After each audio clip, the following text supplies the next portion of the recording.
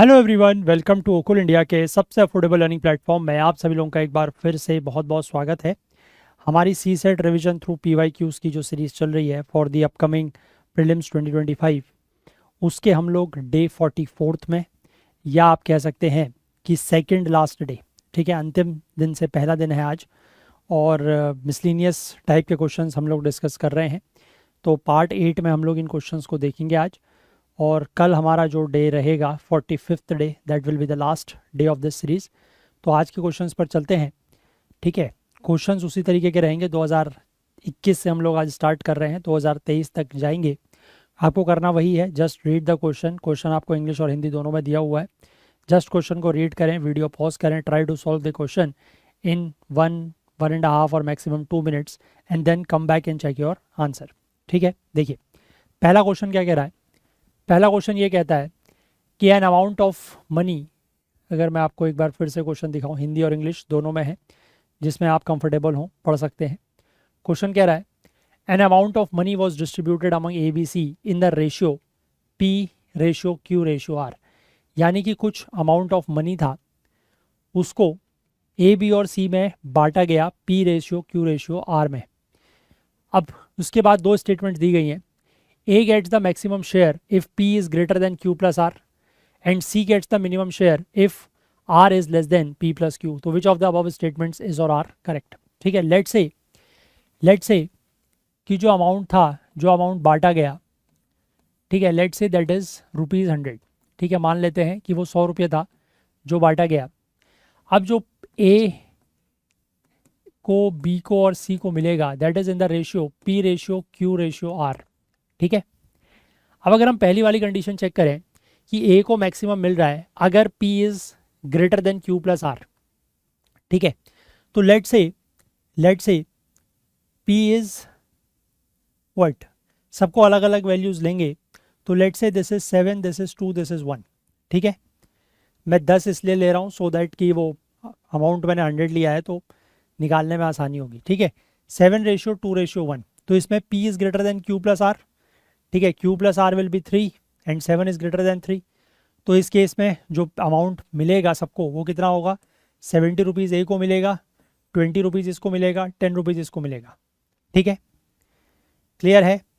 If P is greater than Q plus R, इसका मतलब वैसे भी आप समझिए कि Q प्लस R की कुछ भी वैल्यू होती रहे, अगर P Q प्लस R से बड़ा है, ठीक है, Q प्लस R यानी कि दोनों के सम से अगर P बड़ा है, तो ऑब्वियस सी बात है कि इसका मतलब P सबसे बड़ा है ना। Q प्लस R कुछ भी होता रहा है, अगर उन दोनों के सम से P बड़ा है तो that means P is the highest, और P अगर हाईएस्ट है तो A को सबसे ज़्यादा अमाउंट मिलेगा, दैट इज़ फॉर श्योर। तो फर्स्ट स्टेटमेंट जो है वो तो करेक्ट है। सेकंड स्टेटमेंट कह रहा है कि अगर R is less than P plus Q तो C को सबसे कम अमाउंट मिलेगा। ठीक है, R is less than P plus Q। अब देखो जैसे हमने ये वाला लिया 7:2:1, तो R is less than P plus Q। ठीक है, क्योंकि P प्लस Q कितना हो जाएगा, 9 और 1, R इज़ 1 तो 1 इज़ लेस देन 9, वो तो ठीक है। लेकिन अगर मैं A, B और C के लिए जो रेशियो है that is P, Q and R, अगर मैं इसको 4, इसको 5, इसको 1, लेट से ऐसा ले लूँ, ठीक है, इनको इस रेशियो में अगर मैं ले लूँ तो क्या होगा, again R is less than P plus Q, yes और नो। R अभी भी P प्लस Q से छोटा है ना। लेकिन जो अमाउंट अब मिलेगी, इसको मिलेगा 10 रुपये, इसको मिलेगा 50 रुपये और इसको मिलेगा 40 रुपये। तो क्या C को सबसे कम अमाउंट मिला? नहीं। वैसे भी आप समझ सकते हैं कि अगर R जो है वो P प्लस Q से छोटा है तो R P से भी छोटा होगा और R Q से भी छोटा होगा, दैट इज नॉट नेसेसरी। ठीक है, यहां पर वो नेसेसरी था कि अगर P जो है वो Q प्लस R से बड़ा है तो P will be the highest. लेकिन अगर R P प्लस Q से छोटा है तो R विल बी स्मॉलेस्ट, ये नेसेसरी नहीं है, आपको मैंने खुद बता दिया। आप यहाँ पर देखिए वो कंडीशन सेटिस्फाई हो रही है, बट यहाँ पर नहीं हो रही है।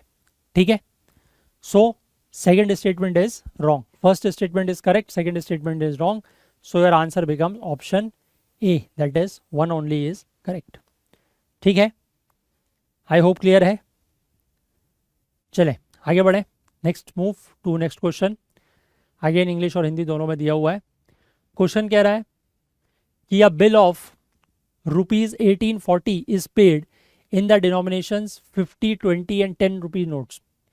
ठीक है, 1840 रुपये का बिल जो है वो जमा करना है, बिल भरना है, और आपके पास 3 करेंसी के नोट्स हैं, 50 रुपये, 20 रुपये और 10 रुपये के। ठीक है, और कुल मिला के 50 नोट्स का इस्तेमाल करना है, मतलब टोटल जितने भी नंबर ऑफ नोट्स का आप यूज़ कर रहे हैं दैट इज़ 50 नोट्स। अब कंसिडर द फॉलोइंग स्टेटमेंट्स। पहले स्टेटमेंट कह रहा है कि 25 नोट जो है वो 50 रुपये के इस्तेमाल किए जाते हैं और बाकी जो है वो 20 और 10 के किए जाते हैं। तो क्या इस तरीके से आप 1840 रुपये का बिल भर सकते हैं? देखिए, पहले स्टेटमेंट के अनुसार 25 नोट आपने इस्तेमाल करे 50 रुपये के, तो कितना रुपया आपने पे कर दिया? 1250 रुपये। रिमेनिंग अमाउंट कितना बचा? 1840 माइनस 1250। ठीक है, ये कितना होगा? 590, है ना। अब जो बाकी बचे 590 रुपीज़ हैं वो आपको 20 रुपीज़ और 10 रुपीज़ में पे करने हैं, है ना। और कितने नोट अभी और यूज़ कर सकते हो आप? 25 नोट्स तो यहाँ पर यूज़ हो चुके हैं, कुल मिला के 50 नोट का इस्तेमाल करना है, तो 25 नोट का यूज़ आप और कर सकते हो।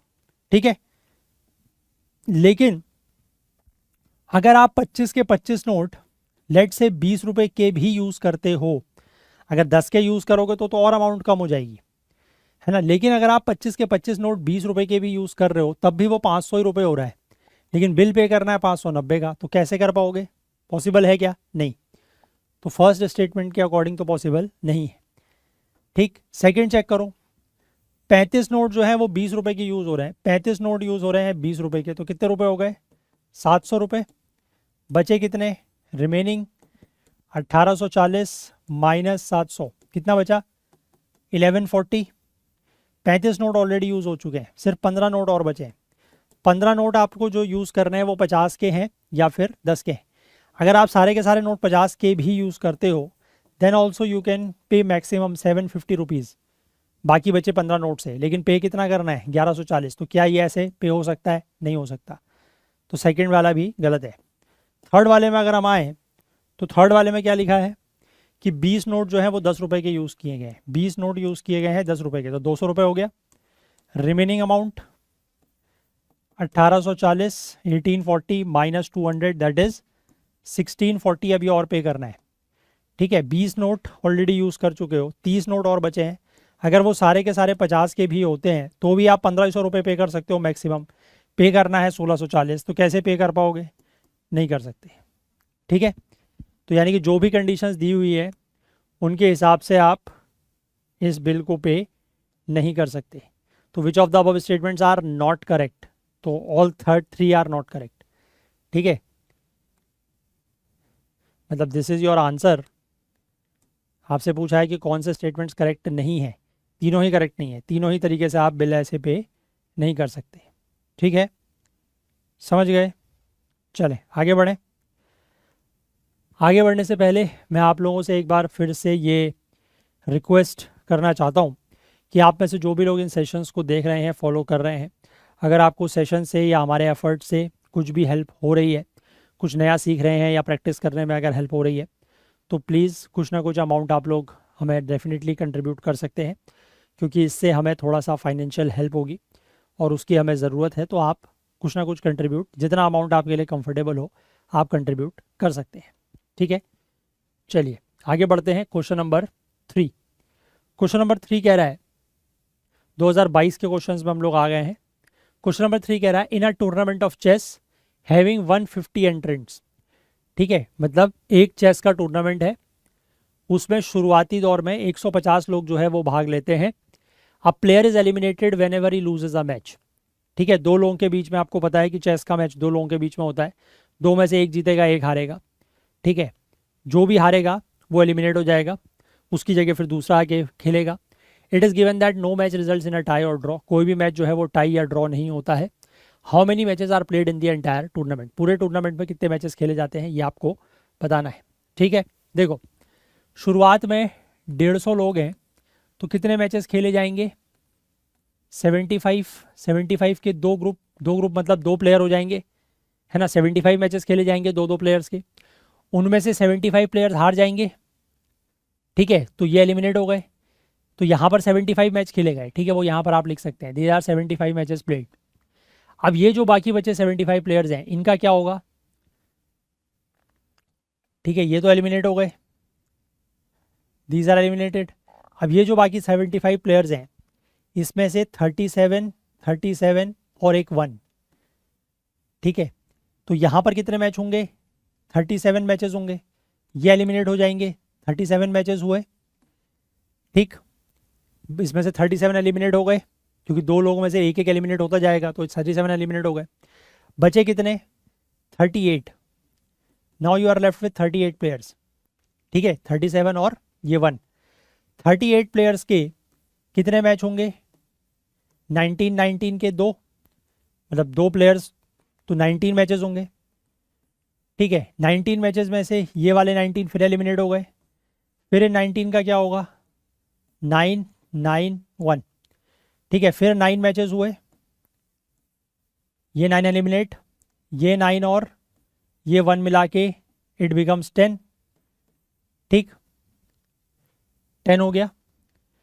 इन 10 प्लेयर्स के 5 के 5 मैच होंगे, देयर विल बी 5 मैचेस, ठीक है, ये 5 मैच हुए, 5 एलिमिनेट।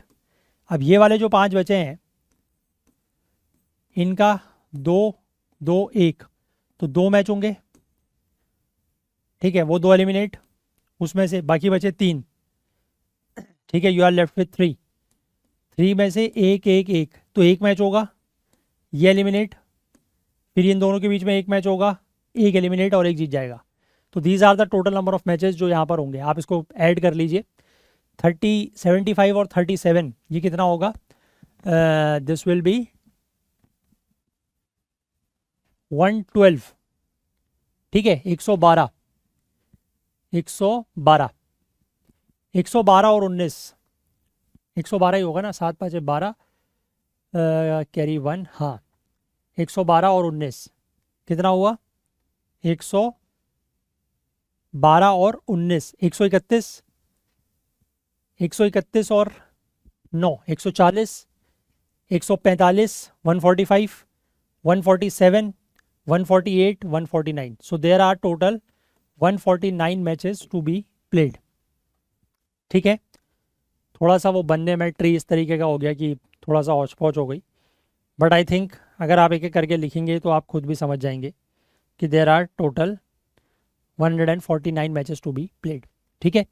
और इस तरीके के क्वेश्चन में कि जिसमें दो दो प्लेयर्स खेल रहे हैं, ठीक है, और एक एक प्लेयर एलिमिनेट होता जा रहा है, तो उसमें हमेशा नंबर ऑफ मैचेस, मैं आपको एक शॉर्ट बता देता हूँ इसका, number of matches is equal to number of initial players, मतलब जितने प्लेयर शुरुआत में मैच खेलने आ रहे हैं, -1, ठीक है। मान लीजिए 100 प्लेयर्स मैच खेलने आते हैं तो number of matches will be 99। आप कोई भी वैल्यू लेके इस तरीके से चेक करके देख सकते हैं, ठीक है। बट अदरवाइज वैसे जनरली जहाँ पर दो प्लेयर्स या दो टीम्स के बीच में मैच होता है ना, और एक एक करके एलिमिनेट होते जाते हैं, तो उसमें इस तरीके के नंबर नहीं होते जनरली, ठीक है। वो नंबर बेसिकली 2 की पावर n में चलते हैं, बट हालांकि उस पर आपको जाने की ज़रूरत नहीं है। 2 की पावर n के टर्म्स में वो मैचेस होते हैं। लेट्स से 2 की पावर 10, ठीक है, और 2 की पावर यू कैन से 6, 2 की पावर 6 मतलब 64 प्लेयर्स होंगे, 64 टीम्स होंगी। तो उसमें से ये, उसमें बेसिकली वो इसलिए किया जाता है ताकि ये जो 1-1 यहाँ पर बच रहे हैं ना, ये 1-1 वाला इशू ना आए। जैसे 64 टीम्स होंगी या 64 प्लेयर्स होंगे, आधे एलिमिनेट हो गए, 32 बचे, फिर 16 मैचेस हुए, फिर 16 एलिमिनेट हो गए तो 16 बचे, फिर 8 मैचेस होंगे तो 8 एलिमिनेट हो गए, फिर 8 बचे, फिर 8 में से 4 मैच होंगे, तो ऐसे करके वो लास्ट में एक विनर आता है, उसमें ये वाली प्रॉब्लम नहीं आती। बट अब ठीक है, यूपीएससी ने हाइपोथेटिकल क्वेश्चन बनाया है तो उसका भी आप इस तरीके से निकाल सकते हैं, है ना। क्लियर है बात? चलिए आगे बढ़ें। Let's move to question number 4। This is a good question. Question कह रहा है on one side of a 1.01 kilometre long road,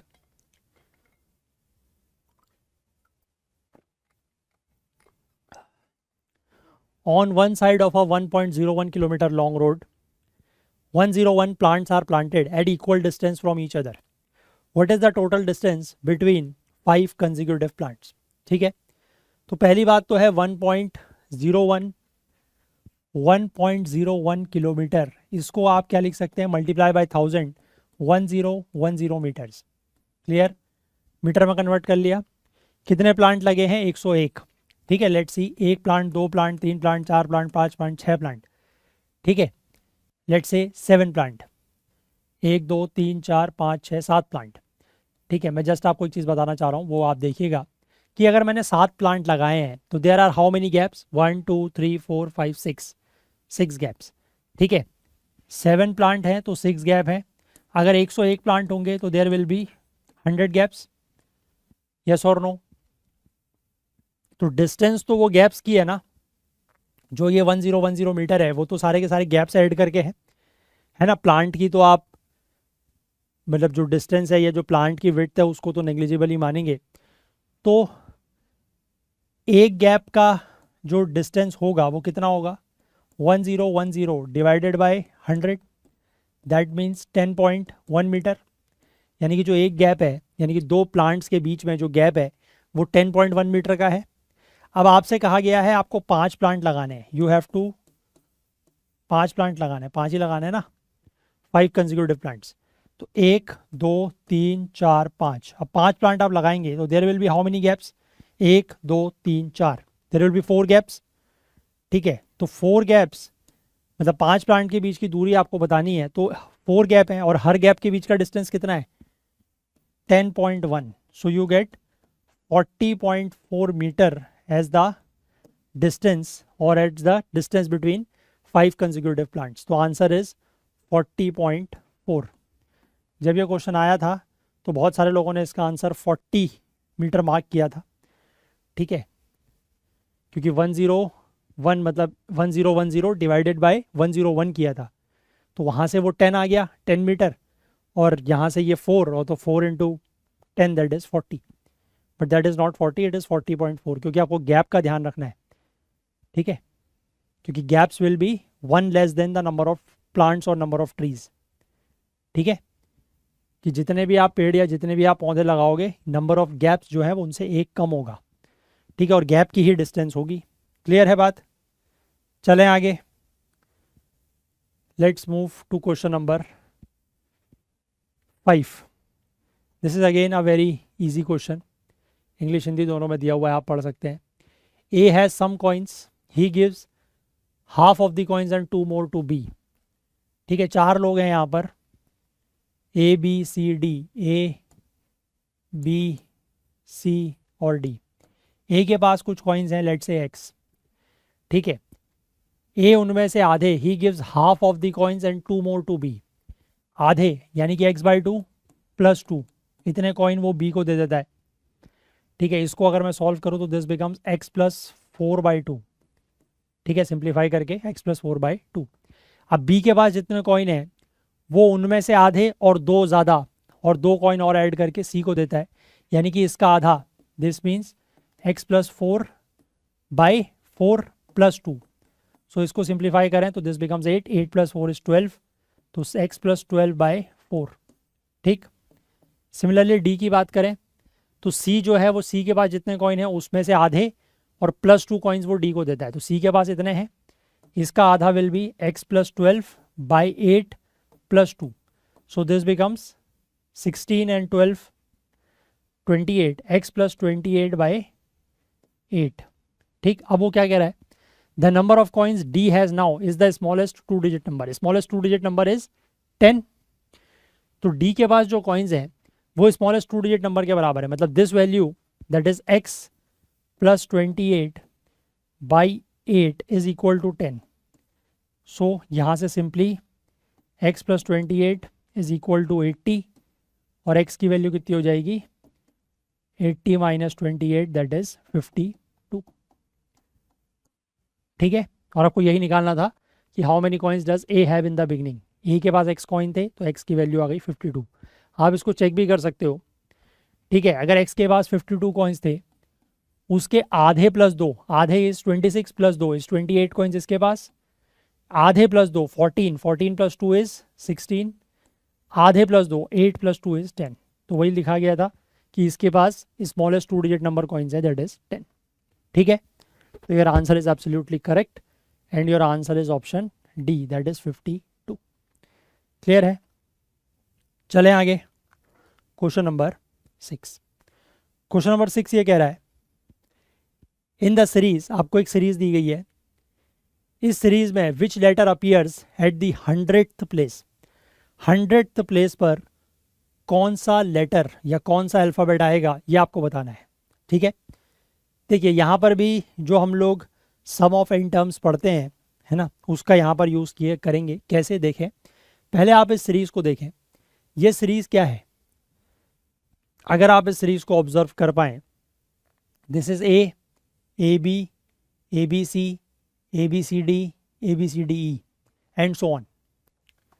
ठीक है, समझ गए? सीरीज है A B C, A B C D, A B C D E. ठीक है, यानी कि यहाँ पर फर्स्ट टर्म मतलब एक टर्म, यहाँ 2 टर्म, यहाँ 3 टर्म, यहाँ 4 टर्म और यहाँ 5 टर्म। ठीक है, तो ऐसे करते करते जो 100th टर्म आएगा, मतलब इनका सबका, जैसे यहाँ तक अगर मैं बात करूँ तो ये S5 हो गया, जो SN हम निकालते हैं ना, यहाँ तक कितने टर्म हो गए? S5 मतलब 5 × 6/2 दैट इज 15 टर्म्स। खुद भी देख सकते हो आप, 1 + 2 3 term, plus 3 6 term, plus 4 10 term, 10 term plus 5 15, तो यहाँ तक टोटल 15 टर्म्स हो चुके हैं। ठीक है, अब अगर मैं लेट से मुझे 100th प्लेस पे क्या टर्म आएगा वो निकालना है। ठीक है, लेट से मैं चेक करूं S15 की वैल्यू कितनी होती है, 15 × 16/2 है ना, n+1/2, तो ये वैल्यू कितनी आ रही है 8, 15 8 120, ये तो ज़्यादा हो गई। ठीक है, मुझे 100th प्लेस पे चाहिए, ये तो ज़्यादा हो गई। नाउ लेट्स चेक S13, तो दिस विल बी 13 × 14/2। ठीक है, वो मैं लिख देता हूँ, अगर आपको कुछ याद नहीं है तो SN = n × n+1/2, इसका यूज़ कर रहा हूँ मैं। ठीक है, तो यहाँ से अगर मैं इसको सॉल्व करूँगा तो this will get 47, this is 91। ठीक है, यानी कि S13 का मतलब है कि जो मेरे, जैसे ये सीरीज़ चल रही है 5 टर्म हो गए, इसी तरीके से 13 टर्म तक की जब मैं सीरीज़ में पहुँचूंगा, मतलब जो इसका अगला पार्ट आएगा ABCDEF, ABCDEFG, ABCDEFGH, ऐसे करते करते जब मैं 13th पार्ट तक पहुंचूंगा, है ना, इसको अगर मैं एक एक पार्ट मान के चलूं, अगर मैं 13th पार्ट तक चलूंगा और वहां तक के सारे टर्म्स ऐड करूंगा तो मेरे 91 टर्म्स हो चुके होंगे। ठीक है, अब जो मेरा 14th पार्ट शुरू होगा उसमें 14 टर्म्स होंगे, है ना। फर्स्ट पार्ट में 1 टर्म है, सेकंड पार्ट में 2 टर्म है, थर्ड पार्ट में 3 टर्म है, तो फोर्थ में 4 है, 5 में, फिफ्थ पार्ट में 5 है। तो इसी तरीके से 14th टर्म में 14th पार्ट जो होगा उसमें 14 टर्म्स होंगे, है ना, ABCD ऐसे करके 14 तक। उसी में कहीं मेरा 100th टर्म होगा, क्योंकि 91 तो 13 तक पूरे हो गए। तो यानी कि अब जो मेरा टर्म होगा दैट इज 100th टर्म, वो कौन सा होगा? 100th टर्म कौन सा होगा? 91 हो गए, बाकी बचे कितने? 9th। This will be my 9th term. वो जो 14th सीरीज होगी या जो 14th पार्ट होगा जिसमें टोटल 14 अल्फाबेट्स होंगे, उसका 9th टर्म, यानी कि ABCDEFGHIJ ऐसे करके जो 9th टर्म होगा that will be my 100th term. और 9th टर्म क्या होता है इंग्लिश अल्फाबेट में? J इज 10, तो 9th is I। So your answer is option C. समझे नहीं समझे इस बात को? क्या करा मैंने? ये आसान बात ही समझाइए, मैंने कोई रॉकेट साइंस तो बताया नहीं। ठीक है, कि यहाँ तक नंबर ऑफ टर्म्स कितने हो गए? 15। तो उसी तरीके से जैसे जैसे नंबर बढ़ते जाएंगे, अब अगले जो पार्ट आएगा उसमें 6 टर्म होंगे, फिर 7 टर्म होंगे, फिर 8 टर्म होंगे। तो उन सबको जोड़ के मैंने देखा कि 13 तक 91 टर्म्स हो जाएंगे सारे, अगर मैं जोड़ते जाऊँगा तो बाकी बचे जो 9th टर्म है वही 100th टर्म होगा, बिकॉज 91 हो गए, फिर 92 90, जो मतलब फर्स्ट टर्म आएगा अगले पार्ट का वो 92nd टर्म होगा, जो सेकंड टर्म आएगा वो 93rd टर्म होगा। तो ऐसे करते करते जो 9th टर्म होगा that will B 100th term, 100th place पर वही आएगा, that means it is I. Because it is starting from a always. Clear है बात? ठीक है, चलें आगे। Let's move ahead. Question number 7। Question number 7 again easy question है। ठीक है, जस्ट बेसिक इक्वेशंस का यहाँ पर यूज़ करना है। क्वेश्चन कह रहा है सिक्स फ्रेंड्स नहीं, 5 friends P Q X Y Z purchased some notebooks. इन्होंने कुछ नोटबुक्स खरीदी और रेलिवेंट इन्फॉर्मेशन ये दी है कि Z purchased 8 notebooks more than X. तो Z equal to X plus 8, पहली बात। P and Q together purchase 21, तो P plus Q equal to 21। बस ऐसे इक्वेशन बनाते जाओ। Q purchased 5 notebooks less than P, Q equal to P minus 5।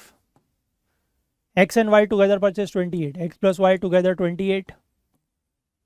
और P purchase 5 notebooks more than x, P equal to X plus 5। ठीक है, अब यहाँ पर आपको ये दो इक्वेशंस अगर आप देखोगे तो आपको पी और क्यू में दो इक्वेशंस दिख रही हैं।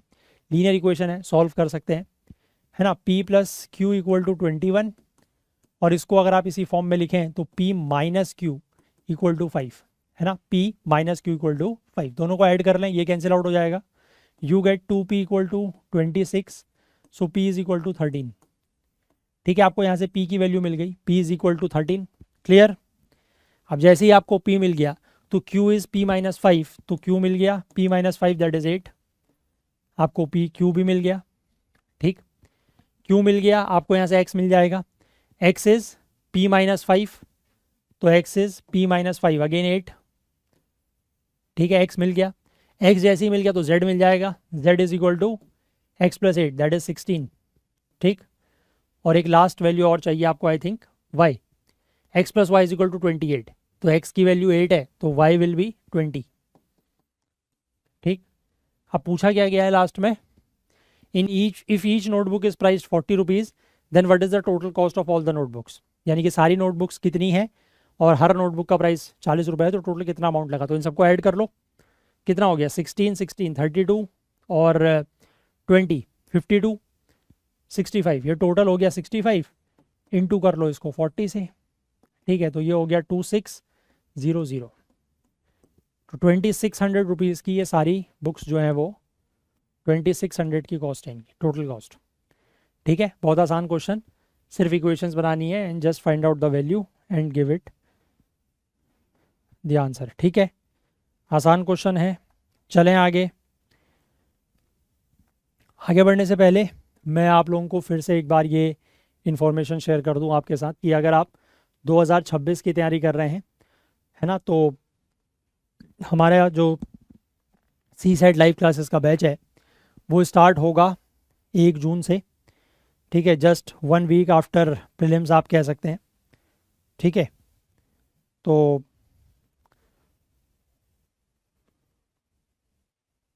उसमें अगर आप एनरोल करना चाहते हैं तो नीचे डिस्क्रिप्शन में लिंक दिया हुआ है, वहाँ से ज्वाइन कर सकते हैं, या फिर आप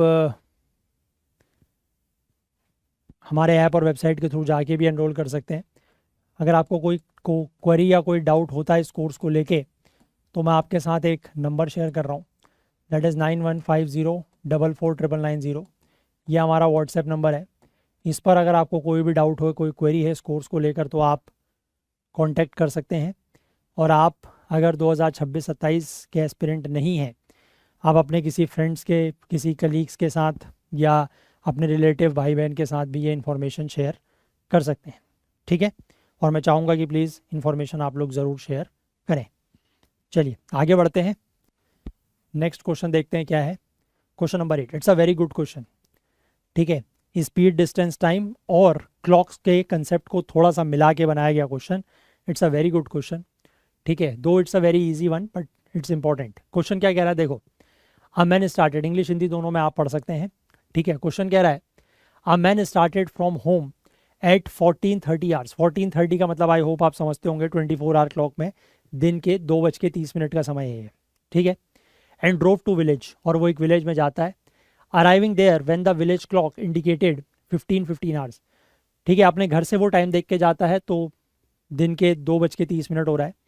विलेज पहुंचता है, विलेज की घड़ी में जाके टाइम देखता है तो 3:15 बज रहा है दिन का। आफ्टर स्टेइंग फॉर 25 मिनट्स, वहाँ पर वो 25 मिनट रुकता है, फिर वो वापस आता है एक डिफरेंट रूट से जिसकी लेंथ 1.25 टाइम्स है फर्स्ट रूट की, लेकिन उसकी जो स्पीड है वो भी ट्वाइस हो जाती है, और वो घर पहुंच के वापस समय देखता है तो उस समय घर की घड़ी में वापस कितना बज रहा है, 4। ठीक है, 1600 आवर्स मतलब शाम के 4 बज रहा है। तो as compare to the clock at home the village clock is, ठीक है, जो उसके घर में घड़ी है उसकी तुलना में, उसके कंपैरिजन में जो विलेज क्लॉक है क्या वो फास्ट है या स्लो है। ठीक है, और फास्ट या स्लो है तो कितना फास्ट है या कितना स्लो है ये आपको बताना है। ठीक है, देखो क्वेश्चन बड़ा आसान है बट थोड़ा सा लॉजिकली अगर आप चलेंगे तो let's say this is his home, ठीक है, जहाँ से वो चलना शुरू करता है, and this is his village जहाँ वो जा रहा है। ठीक है, इनके बीच का इनिशियल डिस्टेंस इज डी और उसकी जो स्पीड है दैट इज एस जब वो जा रहा है तब। इस स्थिति में वो लेता है टाइम t1। जब वो वापस आ रहा है, ठीक है, तो वो 1.25 डी वो किसी दूसरे रास्ते से आता है जिसकी डिस्टेंस 1.25 डी है और स्पीड उसकी अब 2s हो गई है, और यहाँ से वापसी में उसको टाइम लग रहा है t2। ठीक है, क्योंकि टाइम अलग लगेगा। जब वो घर से देख के निकला टाइम तो इट वॉज 14:30। यहाँ की घड़ी में वो अपने पास अपने साथ घड़ी नहीं ले गया है, ठीक है, ये उसने घर में लगी हुई घड़ी में देखा। ये वो जब विलेज पहुंचा उसने तब देखा, और वापस जब उसने घर में आके घड़ी में देखा तो इतना बज रहा था। कंडीशंस ये हैं। बीच में एक चीज़ का और ध्यान रखना कि 25 मिनट्स का उसने स्टे या 25 मिनट्स का उसने रेस्ट भी किया है, रेस्ट किया है या स्टे किया है। ठीक है बात समझ गए। अब देखो उसका टोटल ट्रेवल टाइम कितना है। टोटल ट्रेवल टाइम है 1.5 घंटे। 1.5 घंटे का मतलब हो गया 90 मिनट, लेकिन 90 मिनट में से 25 मिनट तो उसने रेस्ट किया है, तो उसका जो टोटल ट्रेवल टाइम है, ट्रेवल टाइम वो कितना है 90 माइनस 25 माइनस क्यों, क्योंकि 25 मिनट तक वो ट्रैवल थोड़ी कर रहा है, उस समय तो रुका हुआ है ना वो। तो दिस इज 65 मिनट्स, यानी कि 65 मिनट उसका टोटल ट्रैवल टाइम है। और you can say t1 plus t2 is 65 minutes. Yes और नो, हाँ कि ना। ठीक है, where t1 is d by S, t2 is 1.25 d by 2s, या इसको आप लिखेंगे तो 0.625 d बाई एस, और d बाई एस की जगह आप t1 लिख सकते हैं, तो दिस इज 0.625 t1। ठीक है, तो t1 प्लस t2, तो आप t1 को एज इट इज रख के t2 की जगह अगर आप 0.625 t1 लिखते हैं एन इक्वल टू 65, यहाँ से आप t1 की वैल्यू निकालेंगे तो 1.625, 65 divided by 1.625, 65 divided by 1.625, this value will come out to be, आप इसको सॉल्व कीजिएगा, this value will come out to be 40। ठीक है, t1 इज 40, t1 इज 40। ठीक है, t2 की वैसे आपको ज़रूरत नहीं है बट चाहे तो निकाल सकते हैं, t2 यहीं से आ जाएगा माइनस करके, t2 इज 25।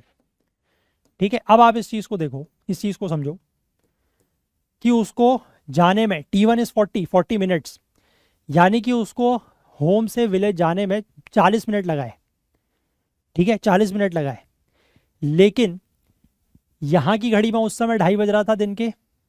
ठीक है, 40 मिनट अगर लग रहा है तो इसका मतलब अगर वो इस घड़ी के हिसाब से यहाँ पर टाइम देखता तो टाइम कितना होना चाहिए था 15:10। यस और नो। लेकिन विलेज की घड़ी मतलब ये वाले टाइम के ये जो टाइम है दैट इज 15:10, ये एक्चुअल टाइम है या ये वो होम क्लॉक के हिसाब से टाइम है जब वो यहाँ पर पहुँच गया, क्योंकि उसको 40 मिनट लग रहा है। ठीक, लेकिन जो विलेज की घड़ी है वो इस समय पर दिखा रही है 15:15, यानी कि विलेज की क्लॉक क्या है, दिखाना तो क्लॉक को, अगर ये क्लॉक ठीक होती तो इसको दिखाना चाहिए था 15:10, यानी कि दिन के 3:10, लेकिन दिखा रही है 3:15। इसका मतलब क्लॉक क्या है, क्लॉक इज फास्ट, ज़्यादा टाइम दिखा रही है तो इट इज़ फास्ट। और कितना मिनट फास्ट है, the clock is 5 minutes fast. ठीक है, the clock is 5 minutes fast. अब वैसे भी इस क्वेश्चन को अगर देखें, मतलब इसके आगे अगर आप देखें, यहाँ से यहाँ गया 40 मिनट 15:10 तक, इस घड़ी के हिसाब से ही बात करेंगे, 15:10 तक वो रुका मतलब पहुंचा, 25 मिनट उसने वेट किया, वो स्टे किया वहाँ पर, तो 15:35 तक वो वहाँ पर स्टे किया, 15:10 से 15:35 तक, और उसके बाद वापसी आने में उसको 25 मिनट लगा है, तो 15:35 से 25 मिनट का वापसी तो 4 बजे वो पहुंच गया। बात ठीक है बिल्कुल। सिर्फ अगर आप इसी घड़ी के कंपैरिजन में चल रहे हैं तो वो तो ये वाली घड़ी का जो टाइम है ये इसमें 5 मिनट ये आगे बता रही है, that's why this clock is 5 minutes fast. ठीक है, क्वेश्चन इजी है, the only thing is you have to apply your concept, that's it. ठीक है, चलें आगे बढ़ें। Let's move to question number 9। Question number 9 again English और हिंदी दोनों में दिया हुआ है। क्वेश्चन कह रहा है a person x wants to distribute some pens among 6 children A, B, C, D, E and F। ठीक है, एक कोई व्यक्ति है X, वो 6 बच्चों में A, B, C, D, E, F इन बच्चों में कुछ पेन्स बांटना चाहता है। Suppose A gets twice the number of pens received by B, 3 times that of C, 4 times that of D, 5 times that of E and 6 times that of F। What is the minimum number of pens X should buy so that the number of pens each one gets is an even number। ठीक है, कि आपको ये बताना है कि x जो ये व्यक्ति है, जो पर्सन है, वो कितनी पेन खरीदे ताकि हर बच्चे को जो नंबर ऑफ पेन्स मिले दैट इज़ इवन नंबर। और कंडीशन आपको दी हुई है कि ए को जो पेन मिल रही है that is twice of B, A को जो पेन मिल रही है that is thrice of C, that is 4 times of D, that is 5 times of E and 6 times of F. ठीक है, तो यानी कि यहाँ से आप लिख सकते हो B is equal to A by 2, C is equal to A by 3, D is equal to A by 4, E is equal to A by 5 और F is equal to A by 6। ठीक, और टोटल नंबर ऑफ पेन्स की requirement कितनी होंगी A plus B plus C plus D plus E plus F, सबको pen देनी है ना। तो A तो A एज इट इज़, बाकी सबको एक एडवांस में लिख लो, A by 2, A by 3, A by 4, A by 5 और A बाई 6। इन सब का पकड़ के एलसीएम लो। ठीक है, इन सबको एलसीएम लो इन सब का, तो कितना आएगा एलसीएम आप आई थिंक निकाल लोगे। LCM will come out to be 60। ठीक है, तो 60 एलसीएम आएगा, तो this will be 60 plus 30 plus 20 plus 15 plus 12 plus 10। इसको आप सबको ऐड करोगे तो ये हो गया 90 और एक minute 100 120 135 147। This is coming out to be 147 by 60 A. ठीक है, इतनी नंबर ऑफ पेन्स चाहिए। Number of pens required are 147 by 60 A. ठीक है, these are the total number of pens required. ठीक है, अब आप ऑप्शन से एक चीज़ देखो, आपको जो ऑप्शंस दिए हुए हैं टोटल नंबर ऑफ पेन्स के उसमें आप पहली चीज़ ये देखो कि ए की जो वैल्यू है, ठीक है, ए की जो वैल्यू है वो पहली बात तो इंटीजर होनी चाहिए, पहली कंडीशन। ठीक है, अगर आप यहाँ से लेट से टोटल वैल्यू मानते हो 150, तो 150 अगर आप यहाँ रखोगे तो क्या ये इंटीजर वैल्यू आएगी 150 इंटू 60 डिवाइडेड बाई 147? नहीं आएगी। ठीक है, तो ये तो हट गया वैसे ही। ठीक, आप 300 रखोगे तब भी नहीं आएगी, है ना। 300 इंटू 60 डिवाइडेड बाई 147 आएगी क्या? लेट मी चेक, आएगी नहीं वैसे।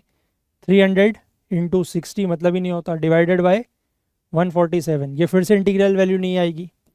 तो आपके पास दो वैल्यूज़ बची हैं, आइदर 147 और 198। ठीक है, अब अगर आप टोटल वैल्यू को 147 लेते हो, अगर आप टोटल वैल्यू को 147 लेते हो तो ए की वैल्यू कितनी आ जाएगी 60। ठीक है, you will get the value of A as 60 from here. अब 60 का मतलब है कि जब आप इनके साथ नंबर ऑफ पेन्स चेक करोगे तो बी विल गेट 30, ए को तो 60 मिल जाएगी, B will get 30, C will get 60 by 3 that is 20, D will get 60 by 4 that is 15। Condition क्या है कि सबको इवन नंबर ऑफ पेन्स मिलनी चाहिए।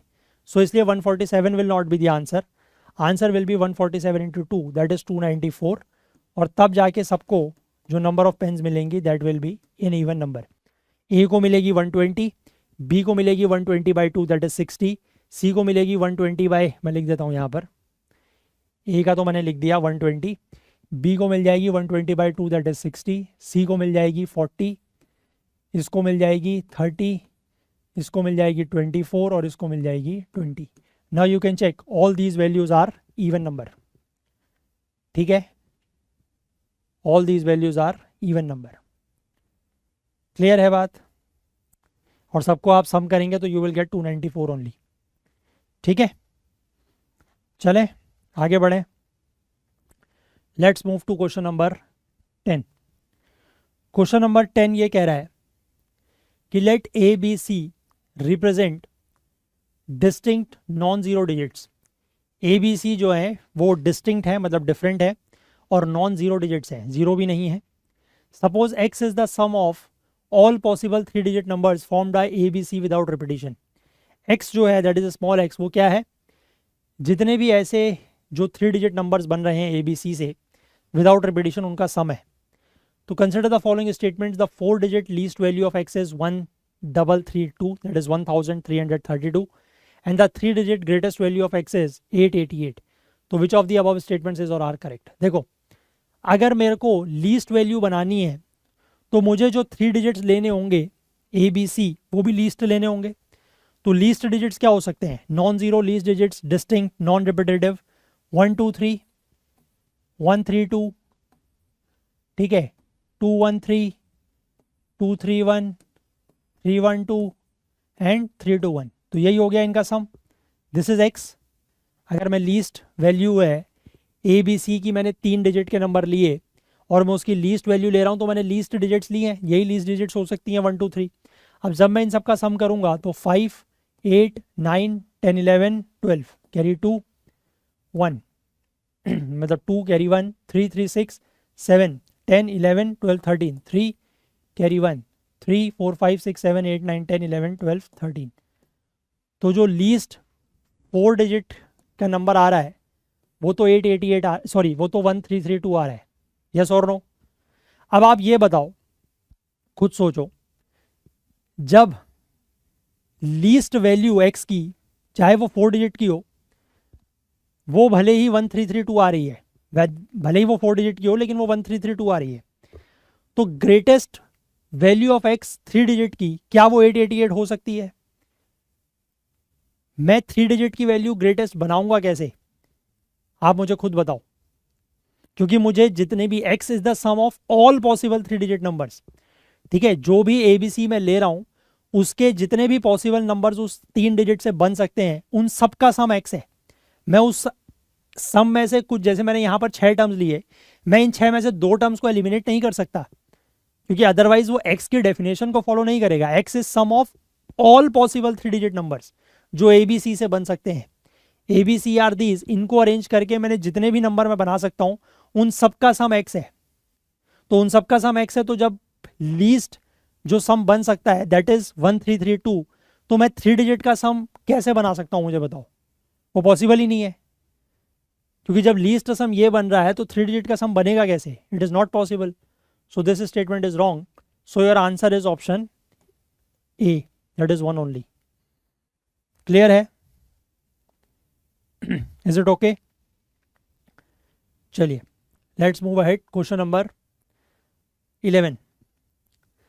क्वेश्चन नंबर 11 2022 में पूछा गया। इसको वैसे क्वेश्चन को आप पीएनसी परम्यूटेशन कॉम्बिनेशन में भी ले सकते थे, बट यहाँ पर भी इसको हम कर सकते हैं।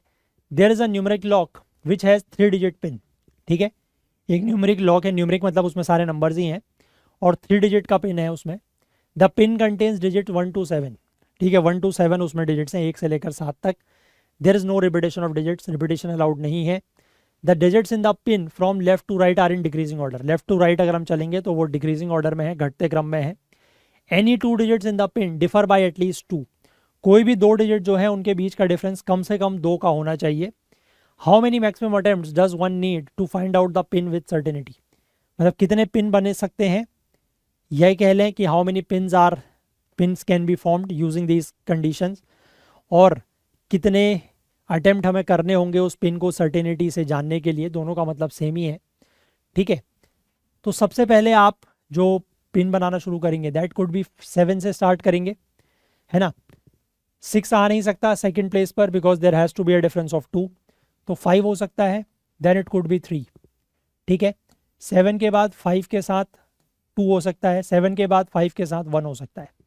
ठीक है, सब में कंडीशन सेटिस्फाई है ना। डिफरेंस जो है वो एटलीस्ट 2 का होना चाहिए, लेफ्ट टू राइट डिक्रीजिंग होना चाहिए, है ना, और 7 से लेकर 1 तक डिजिट्स यूज होने चाहिए और रिपीटिशन नहीं होना चाहिए। तो ठीक है, 3 केसेस ये हो सकते हैं, 3 पिन ये हो सकते हैं। इसके बाद 7 के बाद आप 4 ले सकते हैं, तो 4 के साथ आप 2 ले सकते हैं, 7 के साथ आप 4 के साथ 1 ले सकते हैं, 7 के साथ आप 3 ले सकते हैं, 3 के साथ 1 ले सकते हैं। ठीक है, there is no other possible combination जो 7 से बन सके। ठीक है, देन अगर आप 6 से बनाना शुरू करें तो 6 के बाद 4 आ सकता है, इट कुड बी 2, 6 के बाद 4 आ सकता है, इट कुड बी 1, 6 के बाद 3 आ सकता है 1। ठीक है, तो 6 से ये 3 कॉम्बिनेशन बनेंगे, 6 4 2, 6 4 1, 6 3 1। और 5 से अगर आप बनाएंगे तो 5 3 1, सिर्फ एक ही बन सकता है। ठीक है, 4 से अगर आप बनाएंगे तो नहीं बनेगा, बिकॉज 4 के बाद यहाँ पर 2 आएगा, तो यहाँ पर you have no choice.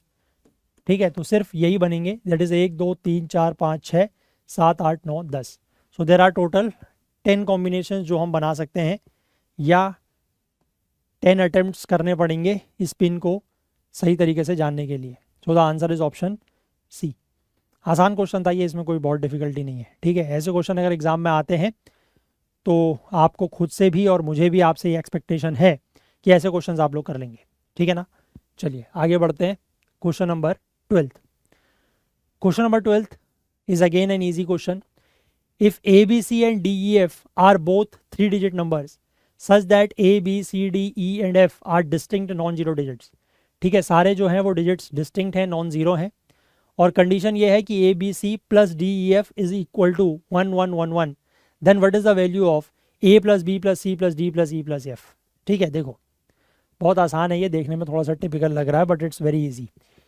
A, B, C के साथ ऐड करना है D, E, F को, और नीचे जो बन रहा है that is 1 1 1 1।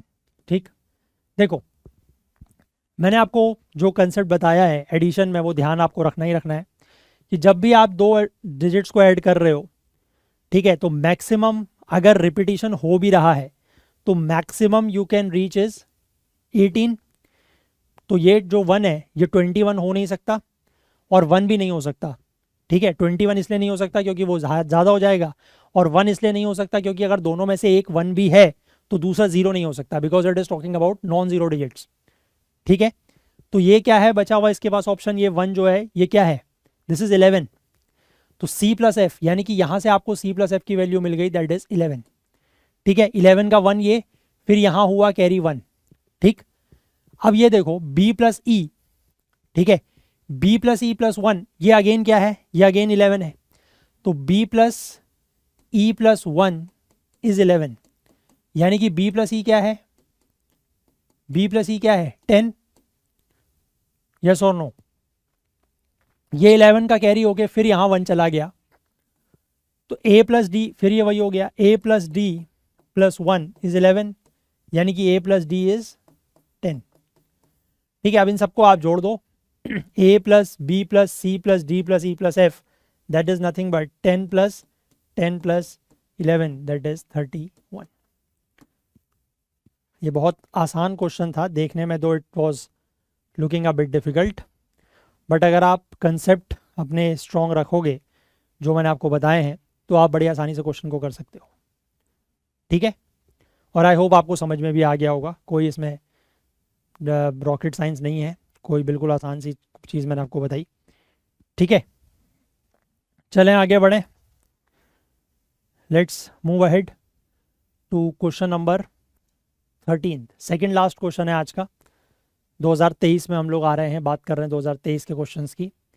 Again it's a not difficult but a good question, वही आपको एप्टीट्यूड अप्लाई करना है यहाँ पर भी।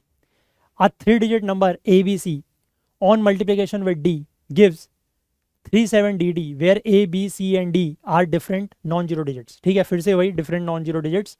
What is the value of A plus B plus C। देखो आप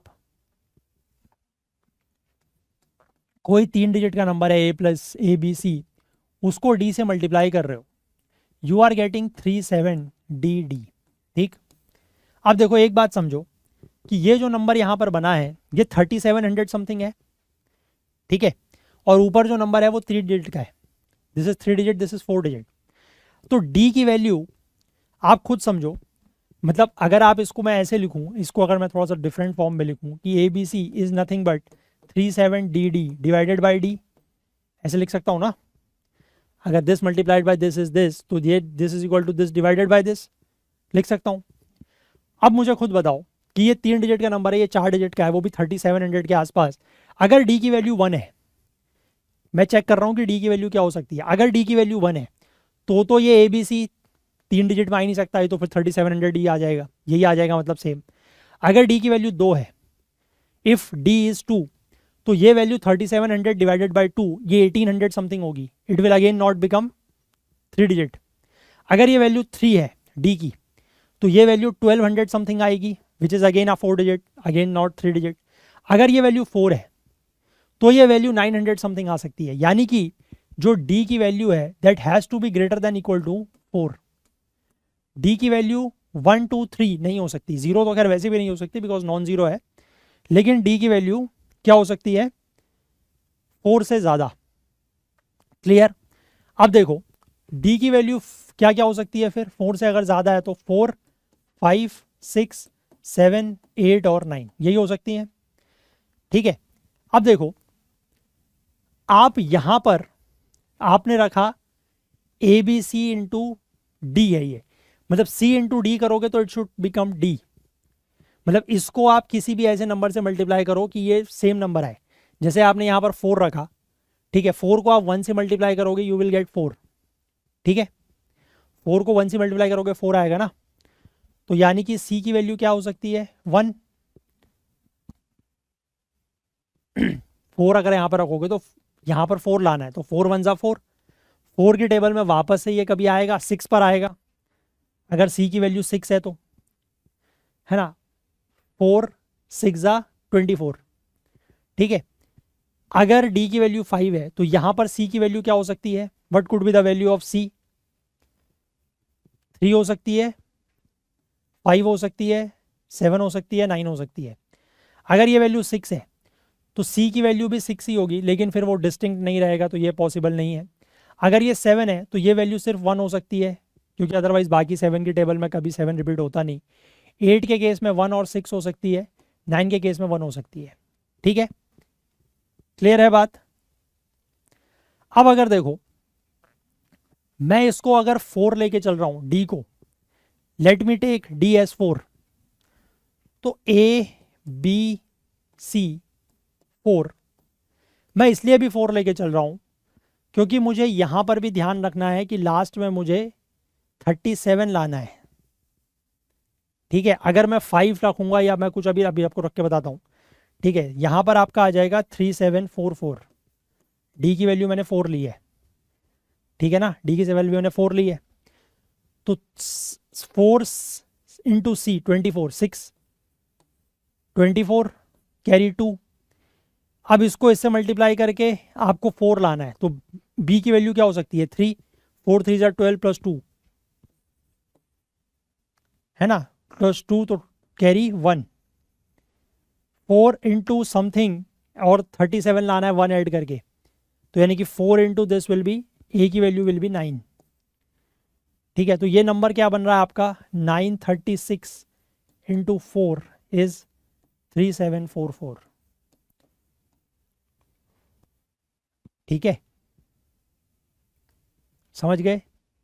तो आपको a plus B plus C चाहिए, तो a plus B plus C आपका ये है, that is 9 plus 3 plus 6 that is 12, sorry 12 plus a plus B plus C is 12 plus 6 that is 18। ठीक है, आप बाकी से भी चाहो चेक कर सकते हो, I am not saying you anything. ठीक है, बाकी से भी आप चेक कर सकते हो, बट उसमें प्रॉब्लम आपको आएगी। जैसे मैं आपको अगर एक दो चेक करके बताऊं, लेट से मैं आपको एक चेक करके बताता हूँ, चलो कौन सा करूँ, 5 में करूँ क्या, चलो 5 करते हैं। ठीक है, लेट से ए,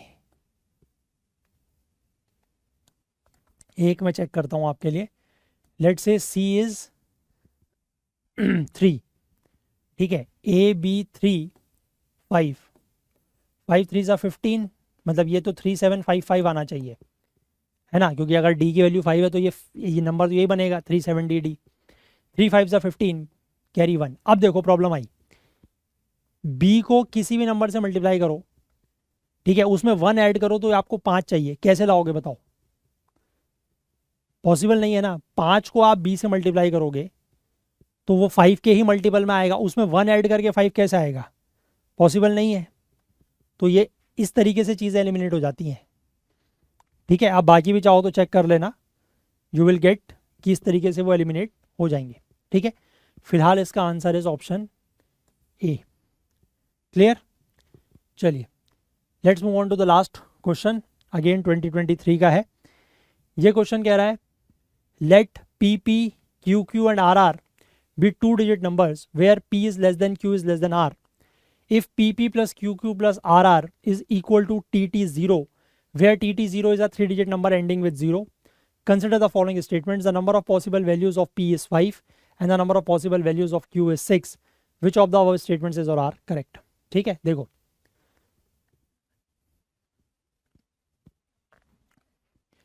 PP plus QQ plus RR is TT0, ये सब एडिशन में है, ठीक है। और आपको एक चीज़ और ध्यान रखनी है, P is less than Q is less than R। अब देखो मैंने आपको एक कंसेप्ट और बताया था कि जब भी एडिशन कर रहे हो, अगर 3 डिजिट का एडिशन हो रहा है तो maximum you can get is 27 if repetition is allowed, ठीक है। अगर रिपीटिशन अलाउड है तो 999 मैक्सिमम यू कैन हैव 27। तो यहाँ पर 0 अगर है तो ये किसका 0 हो सकता है? 30 तो हो नहीं सकता। आइदर इट इज 10 और इट इज 20, ठीक है। या तो ये 0 जो है वो 10 का है या 20 का है, मैं दोनों ही केस लेके चलूंगा। Let us take the sum as 10। अगर सम 10 है तो फिर उसके लिए आप केसेस बनाना शुरू करें। ये वैल्यूज जो है दैट इज पी की वैल्यू क्या क्या हो सकती है, मैं यहाँ पर लिखता हूँ पी की वैल्यू और क्यू की वैल्यू मैं यहाँ लिखता हूँ अलग अलग, ठीक है। तो मतलब ये जो यहाँ पर बनेगा, आपको ये वाली चीज़ याद रखनी है ना, कि P is less then Q is less then R। तो 112277, ठीक है, ये बन सकता है।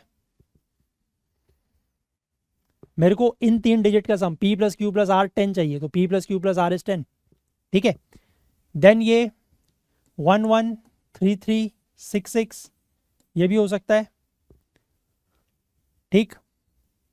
114455 ये भी हो सकता है, यस और नो, हाँ कि ना, ठीक है। और 223355 ये भी हो सकता है। तो यानी कि यहाँ से मुझे P की वैल्यू मिली है 1, P की वैल्यू मिली है 2, ठीक है। Q की वैल्यू मिली है 234, ठीक है। सम अगर मैं 10 यूज़ कर रहा हूँ तो इन सब का जो सम है अगर आप करके देखोगे तो यू विल गेट 1110, मतलब 110, एक एक 0। अगर मैं सम को 20 मानता हूँ तो अगर मैं सम को 20 मानता हूँ तो मेरे पास क्या क्या हो सकता है? आई कैन हैव 3 8 9, ठीक है, 3 8 9 हो सकता है। आई कैन हैव 4 7 9, मतलब 4 4 7 7 9, ठीक है। मुझे इन सब का सम 20 बनाना है, ठीक है। 11 और 9, 11 और 9, ठीक है। अगर मैं 8 बनाना चाहूँ,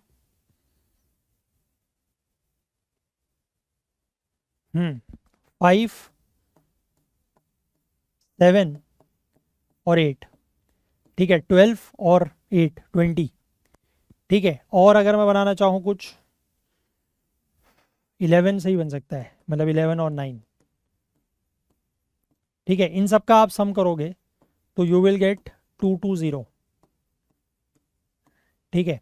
अब यहाँ से P की मुझे और क्या क्या वैल्यूज़ मिल गई? 3 4 और 5, और Q की वैल्यूज़ क्या क्या मिल गई? 2 3 4 तो वहाँ से मिली थी, यहाँ से मिली है 8 6 7 और 8, ठीक है। तो P की पॉसिबल वैल्यूज़ कितनी है? 1 2 3 4 5, first one is correct. The number of possible values of Q is 6, 1 2 3 4 5 6, correct. ठीक है।